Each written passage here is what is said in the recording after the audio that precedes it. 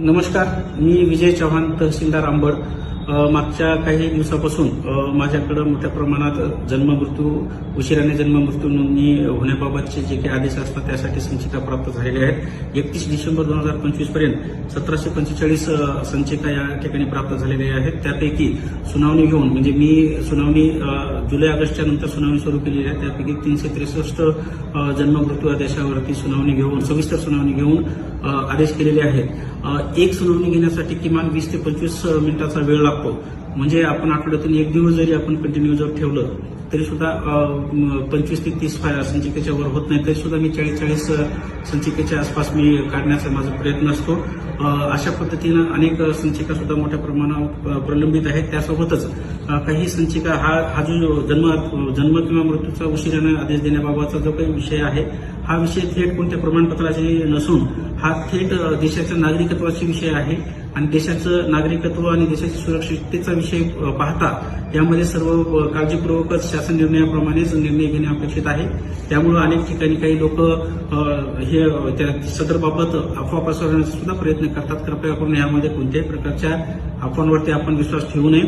मोठ्या प्रमाणात आम्ही या ठिकाणी काढण्याचा प्रयत्न करतो, संचिका निकाली काढण्याचा प्रयत्न करतो. मागच्या नायब तहसीलदार दर्जाच्या अधिकाऱ्यांनी दिलेले सर्व प्रमाणपत्र जवळपास 1522 प्रमाणपत्र हे रद्द करण्यात आलेले असल्यामुळे मोठ्या प्रमाणात संचिका आपल्याकडे प्रलंबित झालेल्या आहेत. मी महाराष्ट्रात जवळपास सगळ्या ठिकाणी विचारणा केली आहे. बऱ्याच ठिकाणी हे प्रमाणपत्र देणं बंद आहे. तरी सुद्धा मी शासन निर्णयानुसार मी कारवाई करत आहे.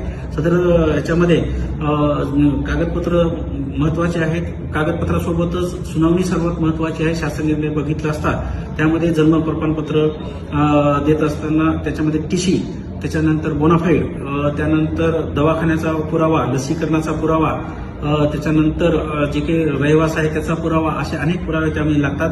अशिक्षित जी काही व्यक्ती आहे त्याच्या अनुषंगाने मोठ्या प्रमाणात इन्क्वायरी करावी लागते आणि मोठ्या प्रमाणात अर्ज असल्यामुळं आणि मला तहसीलदार म्हणून अनेक इतर कामं असतात, इतर सुनावणी असतात, रस्त्याचे प्रकरणं असतात, आरओआरचे प्रकरणे असतात, दुरुस्तीचे प्रकरणं असतात, नैसर्गिक आपत्तीचे प्रकरणं असतात. त्या अनुषंगाने आम्ही तात्काळ ते निर्णय देणं शक्य होत नाही. तरी सुद्धा मी 363 प्रकरणं निकाली काढलेले आहेत. अजून सुद्धा मी मोठ्या प्रमाणात काढत आहोत. परंतु विनाकारण गर्दी करून किंवा अफवावरती विश्वास ठेवून गर्दी करू नये. ज्या क्रमानुसार आम्ही देणं अपेक्षित आहे आम्ही त्या क्रमानुसार आम्ही देण्याचा प्रयत्न करत आहोत. परत महाराष्ट्र राज्य तहसीलदार व नायब तहसीलदार संघटनेमार्फत नायब तहसीलदार यांना एक्झिक्युटिव्ह मॅजिस्ट्रेटचा दर्जा देण्याविषयीची आम्ही शासनाकडे विनंती केलेली आहे. ती जर प्राप्त झाली तर त्यानुसार आम्ही परत शासनाकडे नायब तहसीलदार यांच्याकडे काही प्रकरणं वर्ग करून तात्काळ निकाली काढण्याचा आम्ही प्रयत्न करू. परंतु आता तर फक्त तहसीलदार यांच्याकडेच प्रकरणं असल्यामुळे आम्ही तरी पण त्यांना फास्ट देण्याचा प्रयत्न करत आहोत. अनेक प्रकरणामध्ये खोटी माहिती लपवणे असे प्रकार आढळलेले असल्यामुळे आणि देशाच्या सुरक्षिततेचा हा विषय असल्यामुळे आणि सदर प्रकरणामध्ये काही रोहिंग्या किंवा बांगलादेशींना या अगोदर प्रमाणपत्र मिळाल्यामुळे आम्हाला विशेष काळजी घेणं गरजेचं आहे. आपण सर्व नागरिकांनी आम्हाला सहकार्य करावं. यापूर्वी सुद्धा अनेक वेळेस सहकार्य केलेलं आहे आणि आपण तात्काळ आम्ही काढण्याचा प्रयत्न करत आहोत. परंतु देशाच्या सुरक्षिततेचा विषय असल्यामुळं आणि मालेगाव सारख्या प्रकरणामध्ये जवळपास गुन्हे दाखल झालेले आणि तिथं 8-9 महिन्यापासून तिथल्या लोकांची बेल सुद्धा झालेली नाही, कारण हा राष्ट्रद्रोहाचा प्रकरण आहे.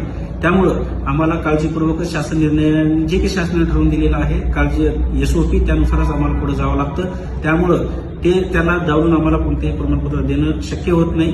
जरी दिलं तरी पुढे चालून आपल्याला म्हणजे अधिकाऱ्याला सुद्धा अडचण येऊ शकते आणि ज्यांचीच प्रमाणपत्र निर्गमित झाली त्यांना सुद्धा अडचण येऊ शकते. त्यामुळे आमची ही प्रक्रिया पूर्ण करेपर्यंत आपण सहकार्य करायला अशी अपेक्षा करतो. धन्यवाद.